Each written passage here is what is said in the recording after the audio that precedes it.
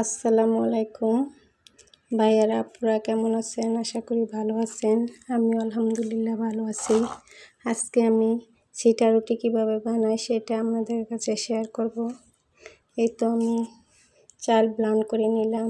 এখন একটাতে আমি দিয়ে দিব রসুন বাটা, দিয়ে দিব আদা বাটা,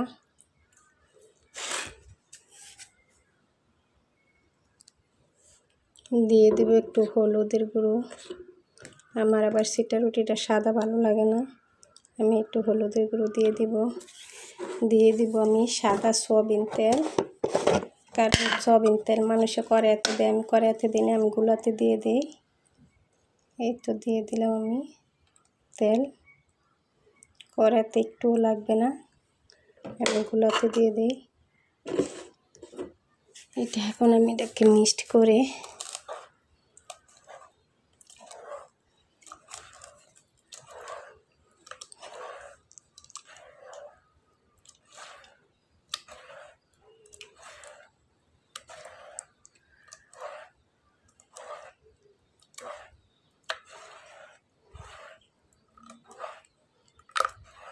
দেখুন গুলাটা ঘন হয় নাই, পাতলা হয় নাই। এই তো দেখেন হাতে এভাবে চিটা রুটির গুলাটা আমি গুলে নিলাম। এখন আমি কড়াইতে দিয়ে বানাবো পিঠাগুলো।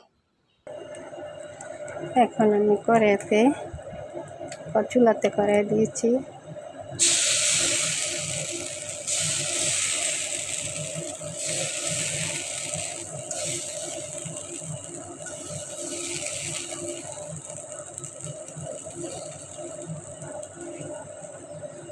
এখন এটাকে আমি রেখে দেব।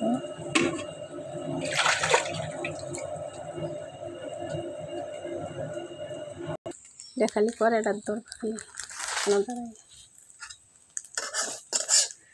একটু আমি পিঠাগুলো উঠাই নিলাম।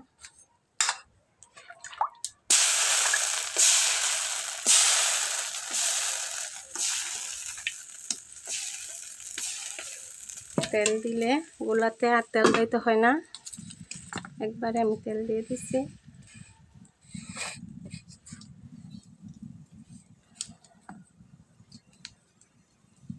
তো কড়াইটা উঠে ফেললাম সরাটা।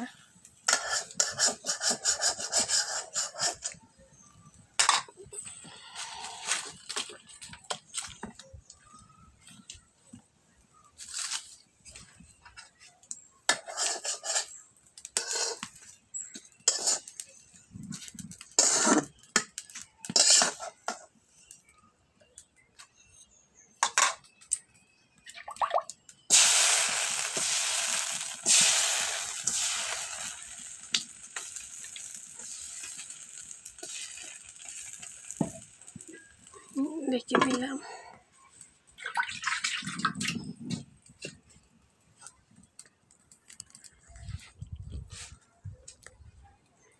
ঠিক আছে,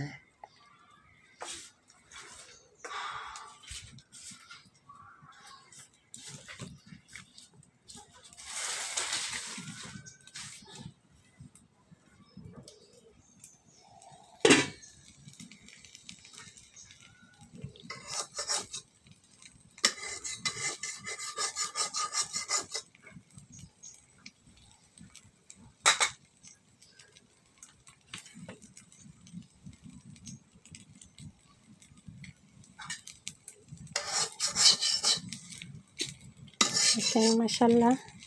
তেল যদি গুলাতে তেল দেয় আর তেল দিতে হয় না, সুন্দর পিঠাটি উঠে যায়। তেলও লাগে না বেশি, খাইতে তেল তেল লাগে না। এভাবে আমি সবগুলো পিঠা বানিয়ে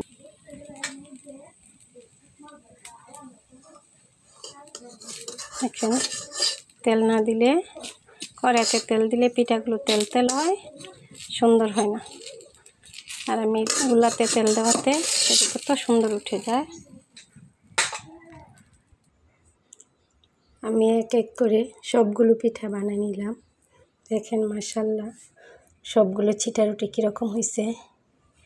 এটাকে কেউ বলে চিটা রুটি, কেউ বলে চিটা পিঠা। এই তো আমি চিটা রুটিগুলো বানিয়ে ফেললাম। এখন এটা আমি আজকে ডিম দিয়ে খাবো, ডিম রান্না করছি। এখন আমি ডিম দিয়ে খাবো। আমি ডিম রান্না করছি, দেশি মুরগির ডিম, আমার ঘরের মুরগির ডিম। আমরা তিনজনের তিনটা, আমার হাজব্যান্ড এবং শাস্তারা।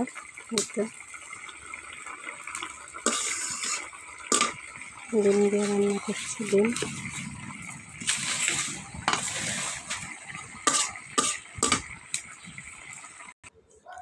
আমার সিটা রুটিগুলো যদি ভালো লাগে, বানানোটা সুন্দর লাগে, আপনাদের পছন্দ হয়, আমার চ্যানেলে শেয়ার করে দেন।